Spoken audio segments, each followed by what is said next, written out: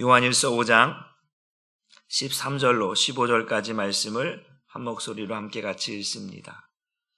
같이 읽습니다. 시작. 내가 하나님의 아들의 이름을 믿는 너희에게 이것을 쓰는 것은 너희로 하여금 너희에게 영생이 있음을 알게 하려 함이라. 그를 향하여 우리가 가진 바 담대함이 이것이니 그의 뜻대로 무엇을 구하면 들으심이라. 우리가 무엇이든지 구하는 바를 들으시는 줄을 안즉 우리가 그에게 구한 그것을 얻은 줄을 또한 아느니라. 아멘. 오늘 말씀의 제목을 한번 같이 읽어봅니다. 시작. 영생을 가진 자의 담대함과 승리.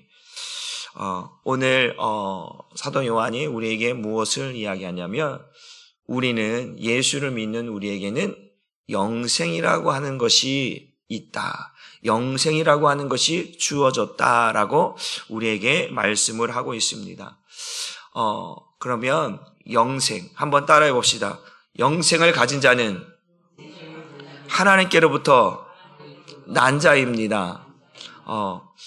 지금 요한일서를 쭉 우리가 계속 보고 있는데 영생을 예수 믿는 우리에게 영생이 있다라고 해요. 그럼 영생은 누가 가질 수 있느냐? 하나님께로부터 난 자가 아니면 영생을 누릴 수가 없다. 또 앞에서 쭉 이야기했던 것처럼 하나님께서 아들을 이 땅에 보내신 것을 믿지 아니하면 영생이 없다. 또 예수가 그리스도임을 믿지 아니하는 자는 영생을 가질 수가 없다. 예수가 하나님의 아들 되심을 믿지 않는 자들은 영생을 가질 수가 없다. 새 언약, 새 계명, 서로 사랑하라고 하는 계명을 지키지 않는 자에게는 영생을 가질 수 없다. 예수께서 나를 위해 십자가에 죽으시고 그 예수께서 내 안에 있다라고 하는 것을 오늘 확인하지 않으면 그 사람에게는 영생이 없다. 그러니까 영생은 하나님과 예수 그리스도와 연관되어졌을 때 그 영생을 누리게 되는 줄 믿으시기를 바랍니다. 그래서 영생이라고 하는 단어의 의미를 보면 영원히 죽지 않고 산다라고 하는 의미도 있겠지만 성경에서 말하고 있는 그 의미를 말하고 있지 않습니다. 왜냐하면 천국에 있는 사람도 영생이요, 지옥에 있는 사람도 영생이에요. 근데 지옥에 있는 사람은 영원토록 죽지 않고 고통받으니까 영생이에요. 그 사람도. 천국도 마찬가지. 그러나 그 영생이라는 의미, 그래서 영원히 죽지 않고 산다라고 하는 의미의 영생이 아니라 영생이라고 하는 의미는 뭐냐면 하나님이 가지신 그 생명을 누리는 자예요. 하나님이 가지고 있는 생명이에요. 마귀가 아니라 하나님이 가지고 있는 그 생명을 누리는 자가 영생이다. 그래서 성경은 우리에게 이렇게 말합니다. 우리 요한복음 17장 3절 말씀을 한번 같이 읽어봅니다. 요한복음 17장 3절 시작. 영생은 곧 유일하신 참 하나님과 그가 보내신 자 예수 그리스도를 아는 것이니라. 그러니까 그 영생은 하나님과 그 아들 예수 그리스도와 관련되어 있는 것인데 그 영생은 하나님에게 있는 그 영생, 하나님에게 있는 아버지의 그 생명을 누구에게 주는 거예요? 아들에게 주셨어요. 그 아들에게 주신 영원하신 생명을 또 누구에게 주시는 거예요? 우리에게 주시는 거예요. 그래서 우리에게는 이 예수를 믿는 우리에게는 영생을 소유할 수 있는 자격을 주신다라고 하는 것이죠. 그러니까 아버지의 영원하신 생명을 누리는 자, 그 사람이 영생을 하는 것이고 그 사람이 누구냐? 하나님께로부터 난 자다. 그가 누구냐? 예수가 그리스도임을 믿는 자다. 그가 누구냐? 그 예수가 하나님의 아들 되심을 믿는 것이고 그가 누구냐? 새 언약을 경험하고 새 계명으로 사는 자다. 그가 누구냐? 예수가 우리 안에 살고 있는 자에게 이 영원하신 아버지의 생명을 누리는 자다라고 오늘 사도 요한은 계속해서 앞에서부터 쭉 그 이야기를 하고 있다라고 하는 사실입니다. 그래서 하나님의 생명을 어떻게 누리는가 살펴보면 우리 요한일서 5장 11절 12절 말씀을 같이 읽어봅니다. 시작. 또 증거는 이것이니 하나님이 우리에게 영생을 주신 것과 이 생명이 그의 아들 안에 있는 그것이니라. 아들이 있는 자에게는 생명이 있고 하나님의 아들이 없는 자에게는 생명이 없느니라. 보세요. 11절을 보니까 하나님이 우리에게 영생을 주셨대요. 근데 그 영생은 뭐냐? 아들 안에 있는 생명이다. 근데 그 아들에 있는 생명은 어떤 것이냐? 아버지께서 아들에게 주신 아버지의 생명을 말한다는 거죠. 아버지께서 아들에게 주신 생명을 그 아들은 우리를 위해서 쓰고 있다. 그래서 그 아들이 죽으심으로 그 생명을 우리에게 주셨다. 그래서 그 아들이 이제 어디에 살고 있느냐? 우리 안에 살고 있다. 그래서 12절에 아들이 있는 자에게는 그 아버지가 주신 생명이 우리 안에 있고, 아들을 믿지 않는 자들에게는 아버지가 주신 생명이 있다 없다? 없다라고 오늘 사도 요한이 우리에게 말씀해 주고 있습니다. 그러니까 영생을 어떻게 누리느냐?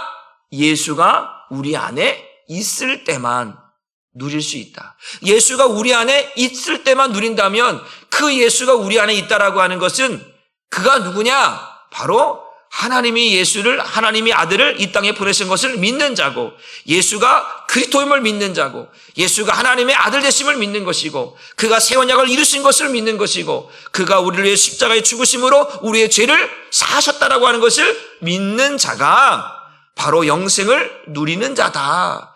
그래서 우리가 지금 신앙 고백을 사도신경 신앙 고백하잖아요. 이 사도신경 신앙 고백이 바로 그 이야기를 하고 있는 거예요. 그것을 고백하는 것이 얼마나 중요한가. 우리는 우리가 예수 믿는 사람이라면, 예배드리려면 그냥 사도신경 다 해야 돼 라고 말하는 것이 아니라, 그것을 고백하는 이유, 그것을 믿는 이유, 그것이 뭐냐면 바로 그것을 통해서 우리에게 무엇을 주시냐? 영생이라고 하는, 구원이라고 하는, 아버지의 영원하신 생명을 우리에게 주신다라고 하는 사실을 믿으시기를 주님의 이름으로 축복합니다. 그러면 저와 여러분들은 영생을 가진 자예요? 못 가진 자예요? 가진 자잖아요. 우리는 날마다, 새벽마다, 매일 우리가 이 신앙 고백을 하고 있잖아요. 그러니까 이것은 누구나 아무나 신앙 고백할 수 있는 것이 아니다. 그러니까 이것은 특별하다. 뭐하다고요? 특별하다. 여러분들이 고백하고 있는 이 신앙 고백은, 이 사도신경은 특별하다. 그건 누구나 아무나 고백할 수 있는 것이 아니다. 누구나 아무나 아는 것도 아니고, 누구나 아무나 고백할 수 있는 것도 아니다. 지금 말씀드린 것처럼 하나님께서 아들을 이 땅에 보내셨다. 그 예수가 그리스도다. 예수가 하나님의 아들이다. 그가 새 언약을 이루었다. 그로 말미암아 우리가 죄사함을 받았다. 그가 이제 우리 안에 살고 있다. 이것이 바로 오늘 말하고 있는 그 영생을 누리는 자의 삶인 줄 믿으시기를 주님의 이름으로 축복합니다. 그래서 특별하다라고 하는 거. 왜? 구별된 거예요. 이 신앙 고백은, 그러니까 이 사도신경은 영지주의와 관련해서 특별히 그 영지주의의 배경 속에서 나온 우리의 신앙 고백이란 말이에요. 그 이단들에 대한 반대에서 나온 신앙 고백이란 말이죠. 그럼 세상 사람들하고 우리하고 다른 것이 뭐냐면, 그들이 똑같은 시간과 공간 속에 살아가지만 그들에게 이미 이 세상의 복음이 증거되고 선포되었는데 그들에게는 이 신앙 고백이 의미가 없다라는 거예요. 여기에 가치를 두지 않아요. 여기에 의미를 두지 않아요. 그들은 천국과 지옥이라는 거에 대한 개념과 관심과 이런 것들이 없어요. 만약에 그것에 관심이 있다면, 그것을 믿는다면 반드시 예수를 믿든가 해야 되는데, 그들에게는 예수 믿는 것이 싫은 거예요. 부담스러운 거예요. 그렇게까지 살고 싶지 않은 거예요. 그게 결국 뭐예요? 그들에게는 이 영생이라는 것이 주어지지 않았다라는 거죠. 물론 하나님께서 그 마지막에 그들을 사망 가운데로, 둘째 사망 가운데로 이끌어 가실지 아니면 천국으로 이끌어 가실지 그건 우리는 알 수 없어요. 그러나 중요한 것은 이것을 믿지 않고서는, 지금 말했던 것들을 믿지 않고서는, 고백하지 않고서는, 그 예수가 우리 안에 살고 있지 않고서는 영생을 누릴 수가 없다라고 하는 사실을 믿으시길 주님의 이름으로 축복합니다. 그래서 하나님과 아들 예수 그리스도에 대한 이 신앙 고백이 없이는 결단코 우리가 영생이라고 하는 구원을 경험할 수 없게 된다라고 하는 사실입니다. 그러면 오늘도 그 영생을 누리는 자, 영생을 가진 자가 누리는 것들이 무엇인가? 오늘 성경은 이렇게 말합니다. 14절, 15절 말씀을 한번 같이 읽어봅니다. 시작! 그를 향하여 우리가 가진 바 담대함이 이것이니 그의 뜻대로 무엇을 구하면 들으심이라. 우리가 무엇이든지 구하는 바를 들으시는 줄을 안즉 우리가 그에게 구한 그것을 얻은 줄을 또한 아느니라. 영생을 가진 자에게 주신 은혜가 뭐냐? 답시다. 담대함입니다. 또 아마 자신감입니다. 이게 뭐예요? 예수를 믿는 우리에게 주신 자신감. 이게 뭐냐? 이게 담대함 뭐냐? 바로 영생인데 이 영생을 가진 자는 이제 하나님 앞에 뭐 할 수 있는 자격이 주어지냐? 기도할 수 있는, 구할 수 있는 자격이 주어진다. 그것도 어떻게? 담대하게, 자신 있게 구할 수 있다라는 거예요. 전에는 구하지 못했어요. 왜? 죄 때문에. 가로막혀 있으니까. 하나님과의 관계가 가로막혀 있으니까 구하여도 얻지 못하는 거예요. 지금은 그러나 저와 여러분들이 하나님과의 관계가 소통이 되면 구할 수 있는 줄 믿으시기를 주님의 이름으로 축복합니다. 그래서 이 담대함과 자신감에 가질 수 있는 이유는 쭉 지금 결론 부분을 얘기하는 거예요. 이 자신감과 담대함을 가질 수 있는 거 뭐예요? 우리가 1장에서 보면 그 사도 요한이 뭘 얘기했습니까? 태초에 말씀이 계시니라 쭉 이야기하면서 우리가 본 바요, 들은 바요, 만진 바요 이라고 이야기하면서 뭘 얘기했어요? 하나님과 그 아들과의 사귐에 대해서 이야기했습니다. 그러면서 뭐예요? 빛비춤에 대해서 이야기했습니다. 그러니까 하나님과 아들과의 사귐이 있어야 돼. 관계가 소통이 돼야 된다는 거예요. 그 빛비춤이 있어야 되는 거예요. 어둠 속에 있으면 안 돼요. 빛 가운데로 나와야 되는 거예요. 그래서 그 아버지와 아들의 관계가 회복되지 않으면 담대하게 자신 있게 구할 수 없다라는 거예요. 그러면 세상 사람들이 누구나 아무나 그냥 구하면 다 들어야죠. 다 들어주셔야죠. 그러나 그렇지 않다라는 거예요. 아버지와 아들과의 관계가 회복되어져야 돼요. 소통의 문제가 해결되지 않으면 결단코 이 담대함과 자신감을 가지고 아버지께 구할 수 없다라고 하는 사실입니다. 그러니까 아들 예수 그리스도, 그가 메시아임을, 그가 새 언약을 이루셨음을, 그가 하나님께로 난 자, 우리가 하나님께 난 자임을 믿는 자가 아니면 담대함을 가지고 자신 있게 구할 수가 없다라고 하는 사실입니다. 그래서 이 담대함과 자신을 가지고 기도하는데 중요한 것은 이 기도의 응답은 소통의 문제다. 뭐의 문제다고요? 한번 따라합시다. 기도의 응답은 하나님과 소통의 문제입니다. 예를 들어서 자녀가 아버지한테, 부모님한테 나 이거 사줘. 무조건 구한다고 다 주나요? 아니에요. 그것이 소통이 돼. 커뮤니케이션이 돼야 돼요.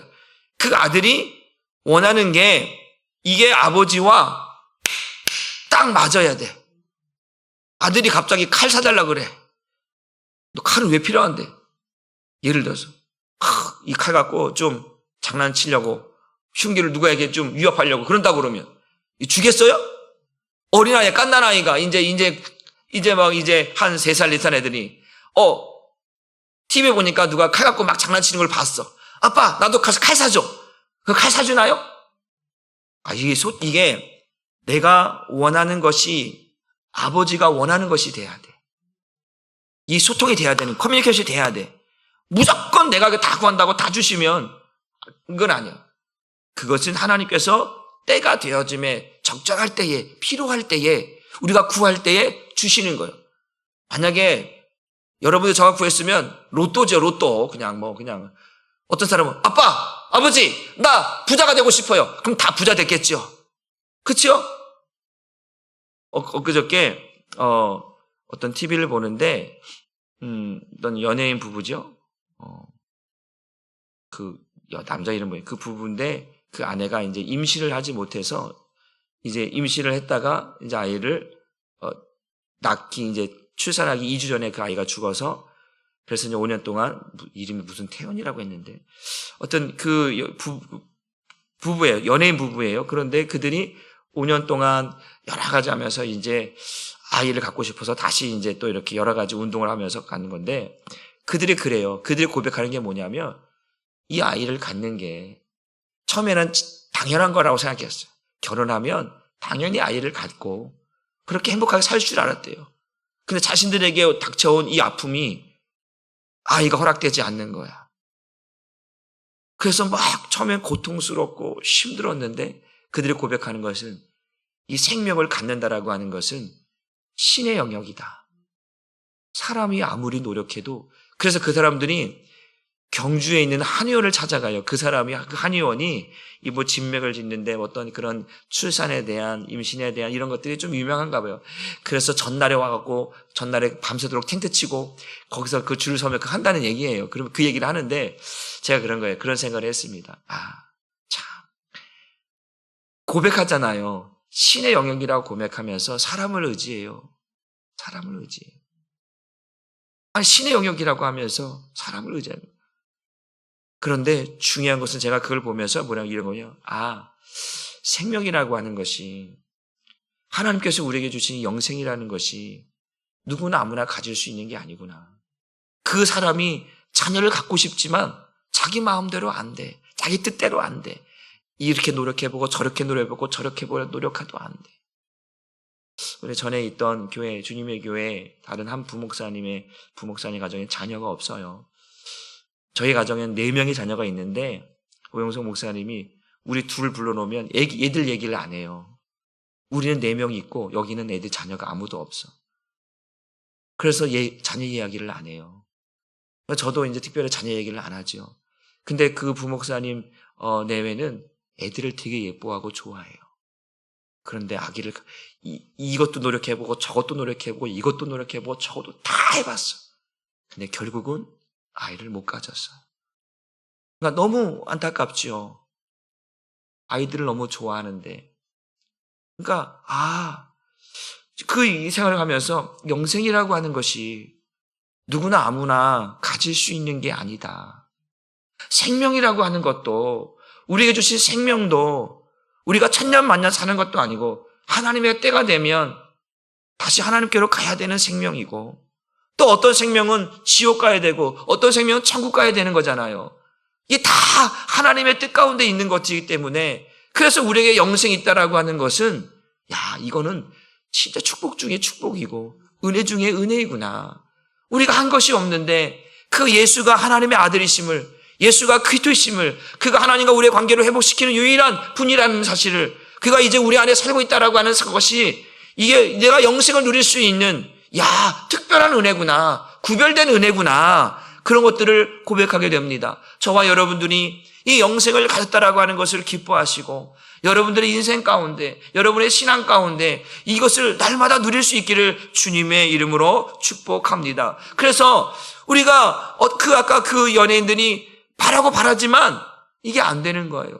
우리도 마찬가지예요. 우리가 어떤 걸 하나 앞에 구하면 이게 더디 되는 것도 있고 빨리 응답되는 것도 있고 때로는 응답이 안 되는 것도 있어요. 응답이 안 되는 성경은 그 무응답도 응답인 줄 믿으시기를 바랍니다. 때로는 어떤 것들은 속히 오는 것이 있잖아요. 히스기야 기도는 어떤 거예요? 속히. 그가 죽을 기사가 말하잖아. 반드시 죽는다고 말하잖아요. 그런데 그가 하나님 앞에 낯을 향하여서 기도하니까 그가 성전문에 나가기 전에 하나님이 다시 응답해 주시잖아요. 어떤 거는 그렇게 기도해요.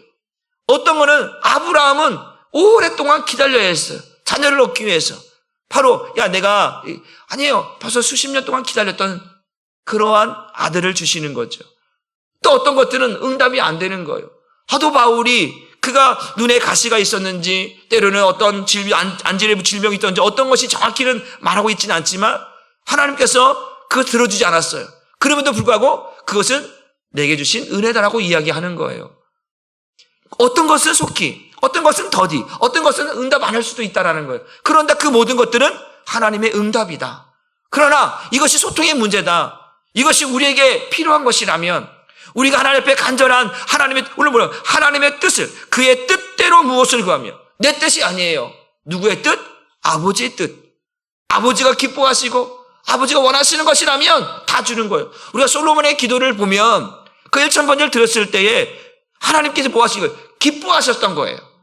감동을 받으셨다라는 거예요. 그러니까 이게 아버지가 감동받고 아버지가 기뻐하면 먼저 내가 너에게 무엇을 줄고 너는 내게 말하라는 거예요. 다 주고 싶은 거예요. 그게 아버지의 뜻이고 아버지의 마음인 거죠. 근데 아버지가 원하지도 않는데 아버지가 기뻐졌는데 아버지 이거 주세요. 이거 주세요. 아버지가 자녀와 부모 간에 아버지가 뿔나 있어. 근데 아들이 이거 주세요. 저거 주세요. 그러면 아버지가 주겠어요? 아버지의 마음이 기쁨이 있어야죠. 아버지가 마음이 행복해야죠. 아들아, 딸아, 너 뭐 갖고 싶냐? 내가 다 사줄게. 그런 거 아니에요? 그냥 있어도 아버지가 기쁘면 다 주겠다라는 거예요. 그러니까 아버지와의 소통이 필요해요. 아버지의 뜻을 구하면, 알면 아버지께서 주시는 줄 믿으시기를 주님의 이름으로 축복합니다. 그래서 우리는 예수가 필요한 거예요. 예수가 왜 필요하다고 그랬어요? 그 예수는 우리에게 무엇을 이루어 주신 분이에요? 새 언약을 이루어 주신 분이에요. 새 언약이 뭐라고 했어요? 아버지와 죄인의 관계, 아버지와 아들의 관계, 그 하나님과 죄인의 관계를 회복할 수 있는 유일한 분이 예수 그리스도예요.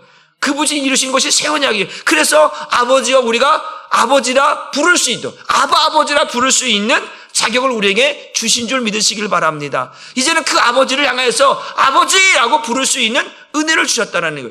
구약의 성경은 하나님 앞에 아버지라고 못 불러요. 그런데 우리는 이제 아버지라. 그 아버지가 뭐예요? 이제는 법적인 관계잖아요. 회복된 관계란 말이에요. 그러니까 그 관계 속에서 이제 아버지가 원하는 것이 무엇인지. 그래서 아들은 늘 그러잖아요. 내 뜻대로 하지 아니하고 아버지의 뜻대로 행한다라고 말하잖아요. 나는 아버지가 기뻐하시는 일을, 아버지가 원하는 일을 행한다 라고 말하잖아요. 그것처럼 우리도 아버지의 뜻이 무엇인지를 알면 아버지께서 우리가 그것을 구하는 거. 아버지, 예를 들어 그러는 거예요. 아버지, 오늘도 우리가 전도하려고 하는데 아버지 영혼을 만나게 해주세요. 그러면 또 하나님께서 만나게 하시는 거예요. 우리에게 아버지께서 때가 되어짐에 그런 거예요. 이것이 어떤 분들은 이렇게 설명하기도 합니다. 그것이 우리의 분량이 차야 된다. 내 믿음은 요것밖에 이고 예를 들어 그러는 거죠. 예를 들어서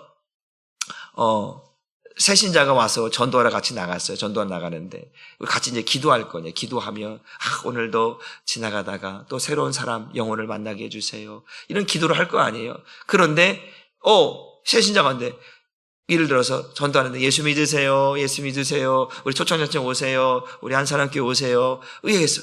그런데 예를 들어서 그렇게 기도하고 갔어요. 한 사람도 못 만났어. 주긴 줬는데 한 사람도 안 왔어. 그러면 이런 거지. 그냥 하나님은 기도를 안 들어주시는가 봐. 하나님은 죽었나? 왜 잠자시나? 왜 안 들어주시지? 그래서 하나님 뜻대로 구하면 다 들으신다고 했는데 우리의 기도는 인내하는 거예요. 히브리서 6장에 보게 되어지면 아브라함에게 뭐냐면 그것을 인내했다라는 거예요. 그 약속을 붙잡고 오랫동안 인내했다라는 거예요. 때가 되어짐에 주시는 거예요. 우리가 구하는 것이 즉시로 오는 것도 있지만 더디 오는 것도 있고 때로는 그것이 또 우리의 삶 가운데 이루어지지 않고 다음 세대에 이루어질 수도 있는 기도 제목들이 있다라는 거예요. 여러분, 그래서 기도를 쉬면 안 되는 이유가 뭐예요? 내가 남편을 위해 기도해. 내 자녀를 위해 기도해요. 예수 믿지 않는 남편, 예수 믿지 않는 자녀들을 위해 기도해요. 근데 내가 살아있을 때 그것이 응답 안 될 수도 있어요. 그러나 내가 죽음으로 인하여 응답될 수도 있다라고 하는 사실입니다. 그 이후에 역사가 일어날 수 있다라는 사실. 그래서 우리는 기도를 멈추면 안 되는 줄 믿으시기를 바랍니다. 반드시 하나님은 그 기도를 들으신다라는 거예요. 누구의 기도를?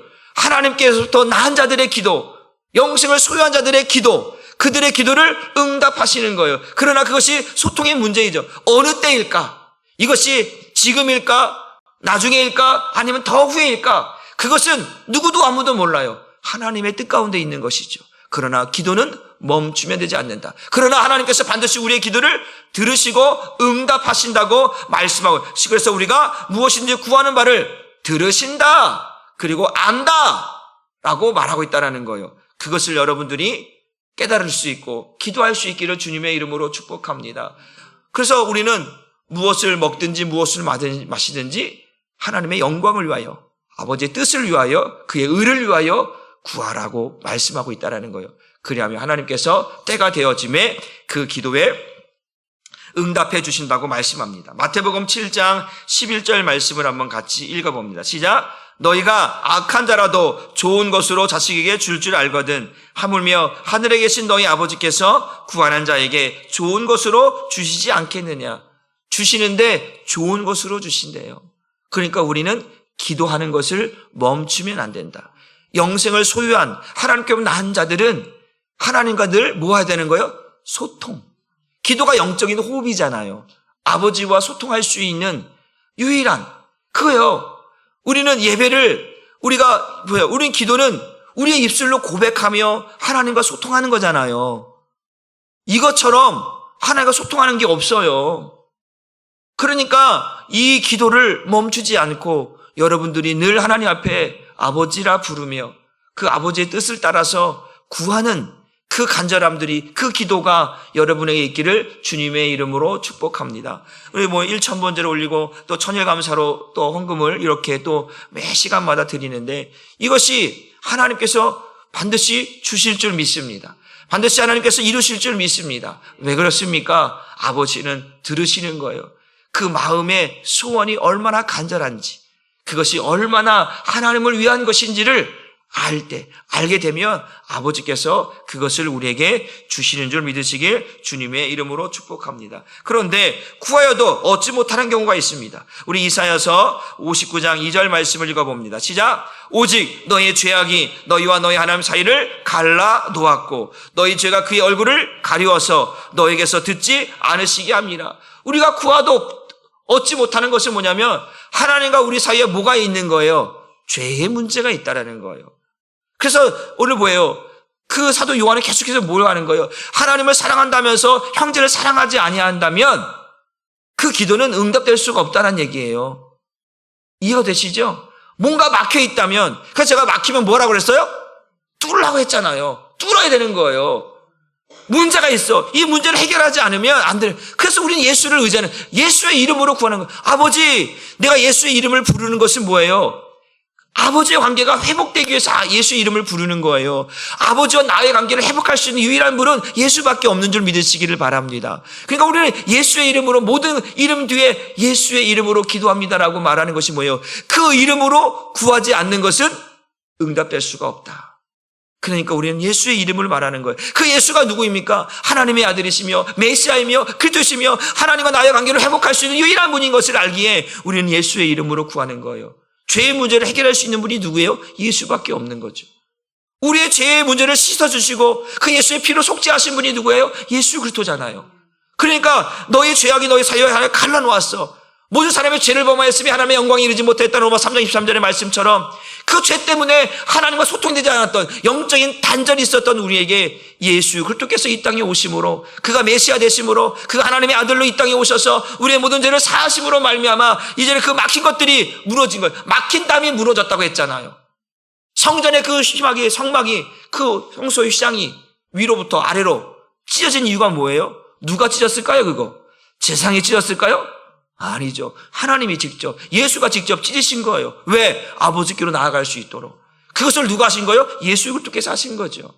그러니까 우리는 예수의 이름으로 구하지 않으면 이 죄의 문제가 해결되지 않고서는 죄의 문제를 해결할 수 있는 분은 예수밖에 없다. 또 한번 볼까요? 야고보서 4장 3절 말씀도 한번 볼까요? 시작. 구하여도 받지 못하면 정욕으로 쓰려고 잘못 구하기 때문이라. 내 욕심을 위해서 구하는 거예요. 내 욕심을. 아버지, 나는 이게 필요해요. 아버지는 아니다. 성경은 먼저 그의 나라와 그의 의를 구하라 말하고 있는데 우리는 먼저 아버지, 난 이게 먼저 필요해요. 아버지 것보다 내게 먼저 필요해요. 그러면 아버지는 기다리는 거예요. 먼저 아버지의 뜻을 알기까지 기다려주시는 거예요.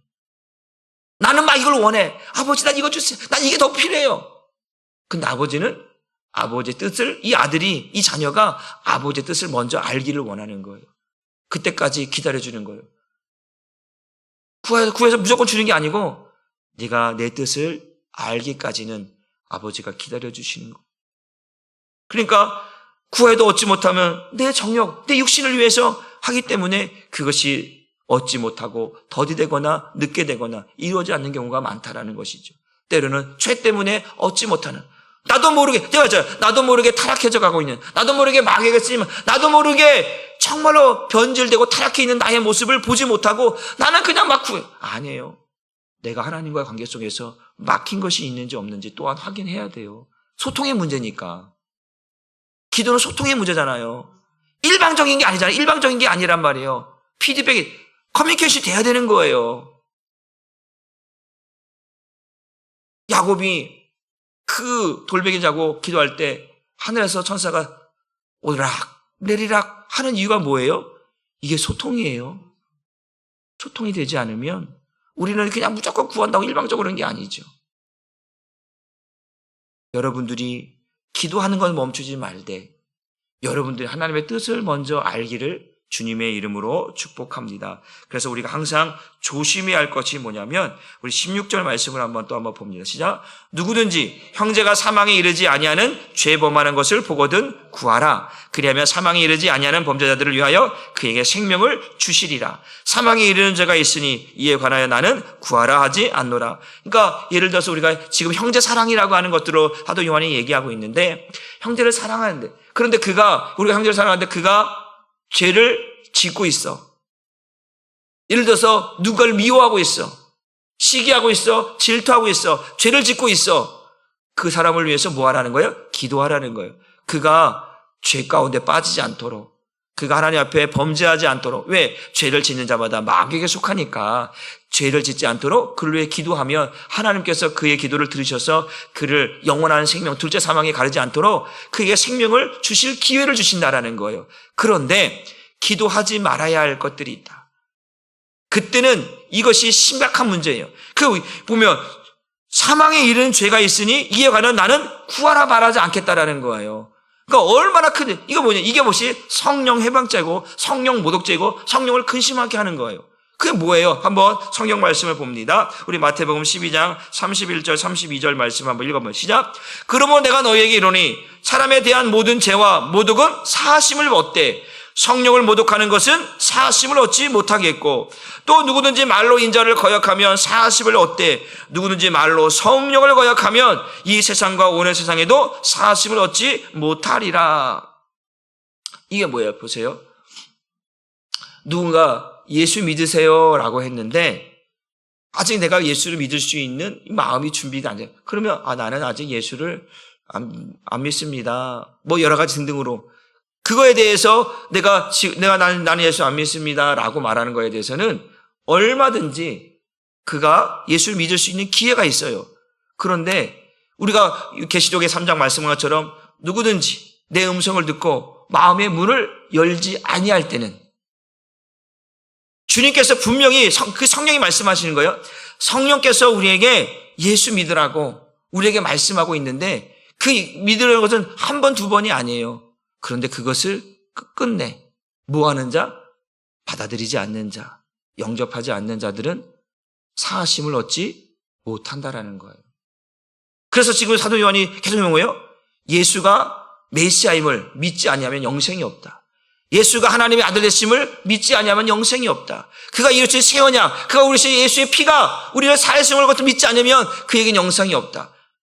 이게 예를 들어 한 번 들어서 안 믿었다고 지옥 가는 게 아니에요. 계속해서 말하고 있는데도 듣지 않는 자는 사하심을 얻을 수 없다. 여러분 이것이 무서운 거예요. 우리가 저와 여러분은 죄 안 짓습니까? 저와 여러분도 죄를 짓잖아요. 때로는 미워하는 마음, 시기하는 마음, 질투하는 마음 우리에게 있잖아요. 그러면 이미 우리는 영생이 없겠지요. 그러나 우리에게 뭐가 있어요? 예수를 통해서 회개하는 예수의 피로 인하여 죄사함 받는 은혜가 있기 때문에 우리는 그걸 회개하잖아요. 근데 이것을 계속해서 말하고 있는데도 불구하고 받아들이지 않아요? 그러면 그들은 영생이 없는 거예요. 우리 성경 말씀 한번 봅니다. 히브리서 3장 7절 8절 말씀을 한번 읽어봅니다. 시작. 그러므로 성령이 이르신 바와 같이 오늘 너희가 그의 음성을 듣거든 광야에서 시험하던 날에 거역하던 것 같이 너희 마음을 완고하게 하지 말라. 이들이 성령을 거역하는 거예요. 계속해서 한 번도 아니고 두 번도 아니고 세 번도 아니고 계속해서 하나님께서 내가 10번이나 너에게 말했는데 너가 듣지 않았다는 거예요. 거역했다라는 거예요. 그들은 어떻게 된 거예요? 가나안 땅에 못 들어갔다라는 거예요. 성경 뭐라고 말합니까? 너에게 안식에 들어갈 약속이 남아있을지라도 너희가 그 믿음을 결부시키지 못하기 때문에 그 약속을 믿음과 결부시키지 못하기 때문에 들어가지 못한다라는 거예요. 그러니까 성령님께서 우리에게 말씀하시는 그 주의 음성을 듣지 못하고 계속해서 외면하고 거부하는 자들은 영생을 얻을 수 없다라는 거예요. 그런데 그것은 내가 알 수 있는 게 아니에요. 내가 한 번, 두 번 전했는데 예수 안 믿다. 저 사람 지옥 가겠네. 이러면 안 됩니다. 이해됐죠? 예를 들어서 여러분 스데반과 사도 바울이 같은 시간대에 있었어요. 근데 스데반은 예수를 전해요. 돌판매에 맞아 죽어요. 근데 거기에 주인공이 누구예요? 바울이어서 바울.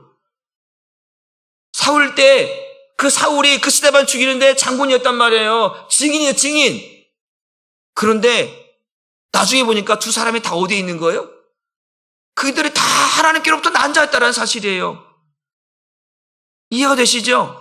그러니까 우리는 지금 당장에 이 사람이 예수를 안 믿는다고 한다고 해서 그 사람을 이 사람은 지옥 가겠네 라고 말하면 안 돼요. 그러니까 우리는 뭐 하는 거예요? 계속 기도하는 거예요. 그에게 복음을 전하는 거예요. 이 하나님께서 사심을 받지 못한다라고 하는 그 결과는 하나님이 두들길 때까지 그건 하나님만 하실 수 있는 거예요. 하나님만 아세요. 우리는 뭐 하는 거예요? 기도하고 전하는 거예요. 여러분들이 바로 그러한 기도가 우리에게 있기를 주님의 이름으로 축복합니다. 마지막으로 18절 말씀 한번 또 보고 말씀 정리합니다. 시작. 하나님께로부터 난 자는 다 범죄하지 아니하는 줄을 우리가 아노라. 하나님께로부터 나신 자가 그를 지키심에 악한 자가 그를 만지도 못하리라. 20절 말씀도 읽어봅니다. 시작. 그러나 하나님의 아들이 오셔서 우리에게 깨달음을 주심으로 참되신 하나님을 알 수 있게 하셨습니다. 그래서 우리는 참되신 하나님과 그분의 아들 예수 그리스도 안에 있게 되었습니다. 예수 그리스도는 참되신 하나님이요 영원한 생명입니다. 마지막에 영원한 생명이다. 영원하신 하나님의 생명을 우리에게 주셨다는 거예요. 그래서 하나님께서 난 자마다 죄를 짓지 아니하는 거예요. 죄를 짓지 않는다라고 하는 다른 의미는 뭐냐면 그 하나님의 빛비춤을 받아서 사랑하며 살도록 하겠다라는 거예요. 하시겠다라는 거예요. 그러니까 형제 사랑하는 거예요.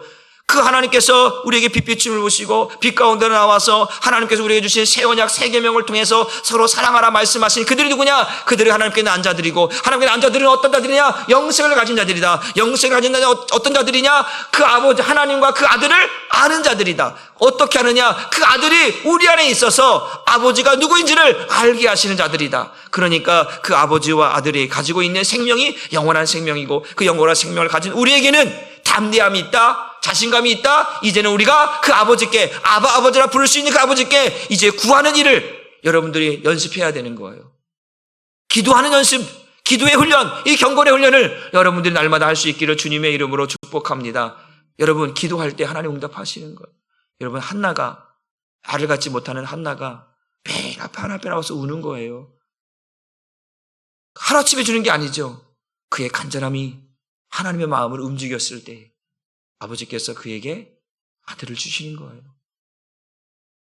저와 여러분들이 하나님 앞에 간절함으로 기도하면 그 담대함, 아버지, 내가 아버지와의 관계가 회복되고 소통이 되고 그 아버지의 은혜를 내가 잊고 있을 때 그때 기도할 때 그때 하나님이 역사하시고 들으시고 응답하실 줄 믿고 여러분들이 변함없이 기도의 자리에서 하나님의 뜻을 따라서 주님과 소통하며 주님의 은혜를 누릴 수 있는 여러분들 영생을 가진 자라고 하는 하나님의 자녀된 자격을 가지고 하나님 앞에 기도하는 그러한 우리 한사람교회 모든 성도 되기를 주님의 이름으로 축복합니다. 기도합니다. 아버지 하나님, 오늘도 하나님께서 영생을 가진 자들에게 주시는 은혜가 담대함과 자신감이고 또한 승리라고 말씀하고 있습니다. 하나님, 그러나 우리가 그 영생을 가졌다 할지라도 아버지와 우리의 관계가 회복되지 아니하면 그것이 날마다 소통되지 아니하면 안 되는 줄 믿습니다. 하나님, 오늘도 예수 그리스도로 말미암아 회복되어진 아버지와의 관계가 날마다 영적인 소통이 있게 하여 주시옵소서. 날마다 은혜가 임하게 하여 주시옵소서. 말씀이 말씀으로 들려지고 깨달아지게 하여 주시옵소서. 하나님의 성령으로 말미암아 그 하나님의 사랑이 우리에게 부음받아져서 내가 하나님께 난 자이며 더 이상 죄를 위하여 살아가는 자가 아니라 이제는 하나님 앞에 은혜를 구하고 날마다 하나님의 말씀에 사모하여서 그 말씀을 붙들고 날마다 하나님의 선하신 뜻을 위하여 기도하는 자 되게 하여 주옵소서. 그 기도가 하나님의 마음을 움직이게 하여 주시고 그 기도를 통해서 하나님이 기뻐하심으로 내가 너에게 무엇을 줄고 너는 내게 구하라 말씀할 때 그때 하나님의 뜻대로 구하면 아버지께서 우리에게 선한 것들로 가장 좋은 것들로 주실 줄 믿습니다. 이제는 우리가 날마다 그 하나님의 주신 사랑으로 하나님의 주신 은혜로 모든 것들을 누릴 수 있는 영적인 은혜를 가지고 영생을 가진 자로서 하나님 앞에 당당하게 나아갈 수 있는 우리 한사람교회 모든 성도들 되게 하여 주옵소서. 감사를 드리며 예수님의 이름으로 축복하고 기도 올리옵나이다.